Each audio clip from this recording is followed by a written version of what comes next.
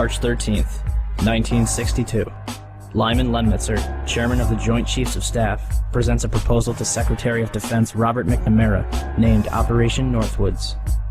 The document proposed staging terrorist attacks in and around Guantanamo Bay to provide a pretext for military intervention in Cuba. The plans included starting rumors about Cuba using clandestine radio, landing friendly Cubans inside the base to stage attacks, starting riots at the main gate, blowing up ammunition inside the base, starting fires, sabotaging aircraft and ships on the base, bombing the base with mortar shells, sinking a ship outside the entrance, staging funerals for mock victims, staging a terror campaign in Miami, Florida and Washington, D.C., and finally, destroying a drone aircraft over Cuban waters. The passengers, federal agents in reality, would allegedly be college students on vacation. A plane at Eglin Air Force Base would be painted and numbered as a duplicate of a registered civil aircraft belonging to a CIA front in Miami. The duplicate would be substituted for the real plane and loaded with the passengers. The real plane would be converted into a drone. The two planes would rendezvous south of Florida. The passenger-laden plane would land at Eglin Air Force Base to evacuate its passengers and return to its original status. The drone would pick up the scheduled flight plan and, over Cuban waters, transmit a Mayday signal before being blown up by remote control. The plan is rejected by McNamara, and President John F. Kennedy personally removes Lemnitzer as chairman of the Joint Chiefs of Staff. December 1st, 1984. A remote-controlled Boeing 720 takes off from Edwards Air Force Base and is crash-landed by NASA for fuel research. Before its destruction, the plane flew a total of 16 hours and 22 minutes, including 10 takeoffs, 69 approaches, and 13 landings. August 1997. The cover of FEMA's Emergency Response to Terrorism depicts the World Trade Center in crosshairs. February 28, 1998. The Global Hawk, Raytheon's unmanned aircraft vehicle, completes its first flight over Edwards Air Force Base in California, at an altitude of 32,000 feet, cruising altitude for a commercial jetliner. 1999. NORAD begins conducting exercises in which hijacked airliners are flown into the World Trade Center and the Pentagon. June 2000. The Department of Justice releases a terrorism manual with the World Trade Center in crosshairs. September 2000. The Project for a New American Century, a neoconservative think tank whose members include Dick Cheney, Donald Rumsfeld, Jeb Bush, and Paul Wolfowitz, releases their report, entitled Rebuilding America's Defenses. In it, they declare that the process of transformation, even if it brings revolutionary change, is likely to be a long one, absent some catastrophic and catalyzing event, like a new Pearl Harbor. October 24th, 2000. The Pentagon conducts the first of two training exercises called Moscow, which simulate a Boeing 757 crashing into the building. Charles Burlingame, an ex-Navy F-4 pilot who worked in the Pentagon, participates in this exercise before retiring to take a job at American Airlines, where, less than a year later, his Boeing 757 allegedly crashes into the building.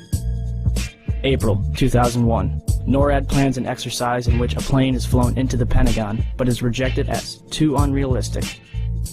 June 2001.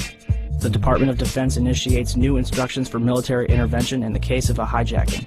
It states that for all non-immediate responses, the Department of Defense must get permission directly from the Secretary of Defense. Attorney General John Ashcroft begins flying on chartered jets for the remainder of his term due to a threat assessment by the FBI. July 4th, 2001. Osama bin Laden, wanted by the United States since 1998, receives medical attention at the American Hospital in Dubai, where he is visited by a local chief of the CIA. July 24th, 2001. Larry A. Silverstein, who already owned World Trade Center 7, signs a $3.2 billion 99-year lease on the entire World Trade Center complex 6 weeks before 9/11.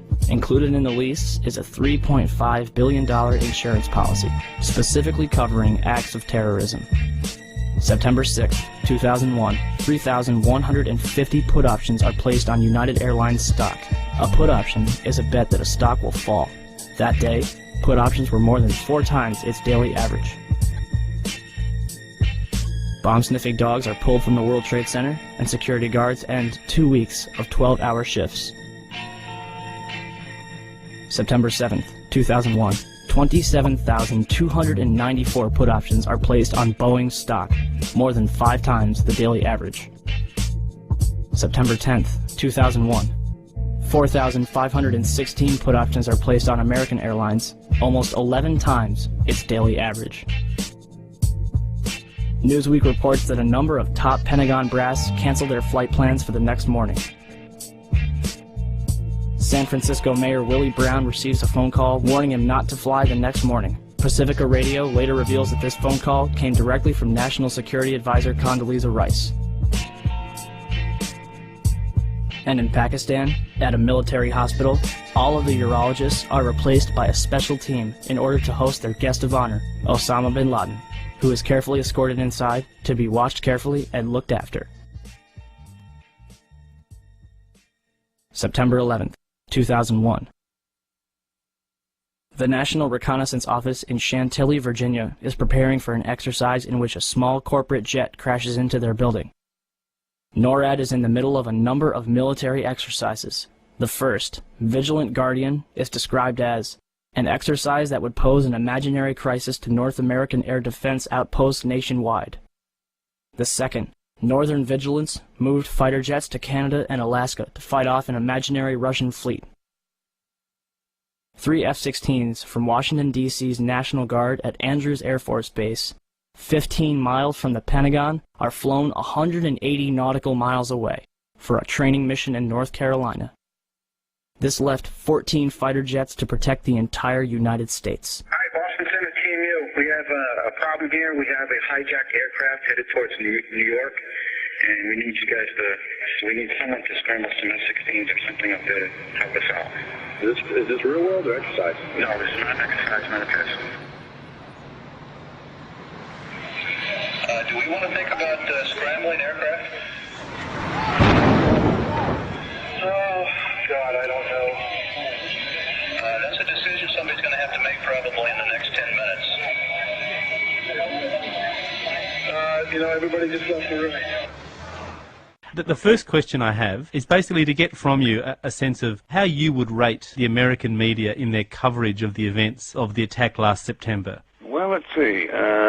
Shamefully is a word that comes to mind. This just in, you were looking at obviously a very disturbing live shot there. That is the World Trade Center, and we have unconfirmed reports this morning that a plane has crashed into one of the towers of the World Trade Center. But overall, the American journalism was cowed and intimidated by this massive flag-sucking, this patriotic orgy. You know, if you criticize the president, it's unpatriotic and there's something wrong with you, you may be a terrorist. So in that sense, Hunter S. Thompson, there's not enough room for dissenting voices? Well, there's plenty of room. There's just not enough people are willing to take the risk. Jim, I don't know whether we've confirmed that this was an aircraft, or to be more specific, some people said they saw a missile. There was definitely a blue logo. It was like a circular logo on the front of the plane. It definitely did not look like a commercial plane. I didn't see any windows on the side. Mark, if what you say is true, those could be cargo planes. You said you didn't see any windows in the side? I didn't see any windows inside. It was not a normal flight that I've ever seen at an airport. It was a plane that had a blue logo on the front, and it did not look like it belonged in this area.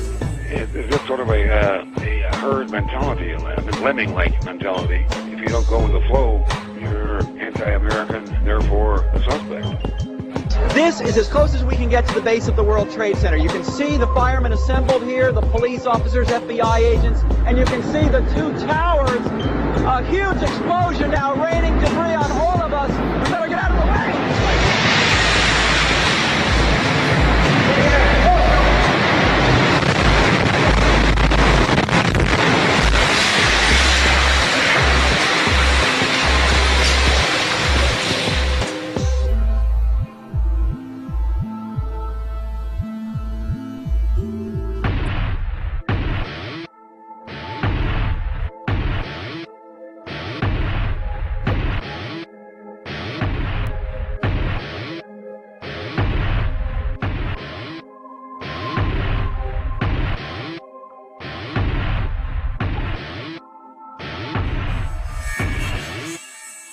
You sort of wonder when something like that happens, well, who stands to benefit? Who had the opportunity and the motive You just got to look at these basic things. I don't assume that I know the truth about what went on that day. And yeah, I just look around and looking for who had the motive, who had the opportunity, who had the equipment, who had the will.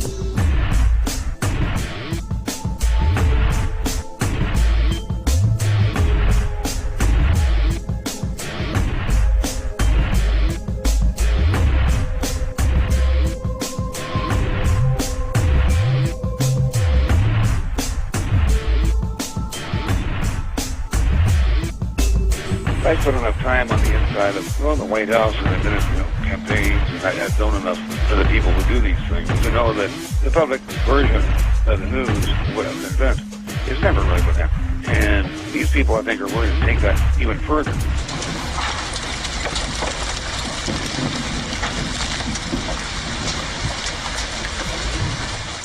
It seems a very long bow to me, but are you sort of suggesting that this worked in the favour of the Bush administration? Oh, absolutely. Absolutely.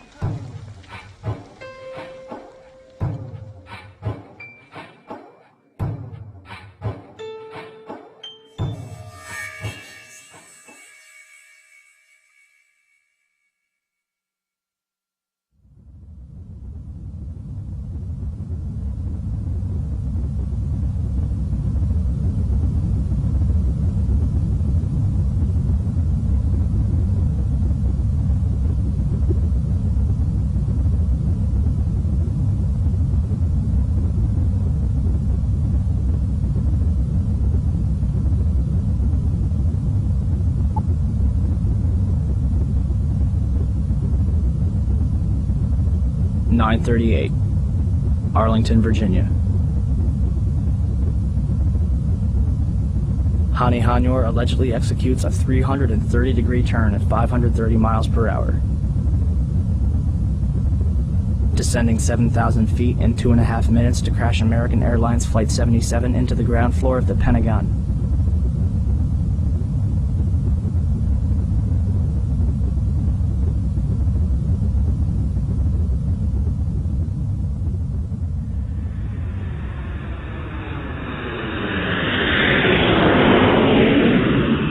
Its final approach took it directly across Interstate 395.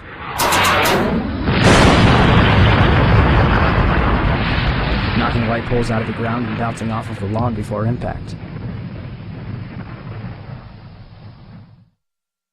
First, let's meet Hani Hanyor. Hanyor had come to Freeway Airport in Bowie, Maryland 1 month earlier seeking to rent a small plane. However, when Hanyor went on 3 test runs in the second week of August, he had trouble controlling and landing a single-engine Cessna 172. Well, my name is Marcel Bernard, and I'm the chief flight instructor here at Freeway. Hani Hanyor, well, basically what happened with him is he showed up at the airport and wanted to get checked out in the aircraft. See, he was already certified. He didn't come to us for flight training. Yeah, he already had a pilot's license. He had already earned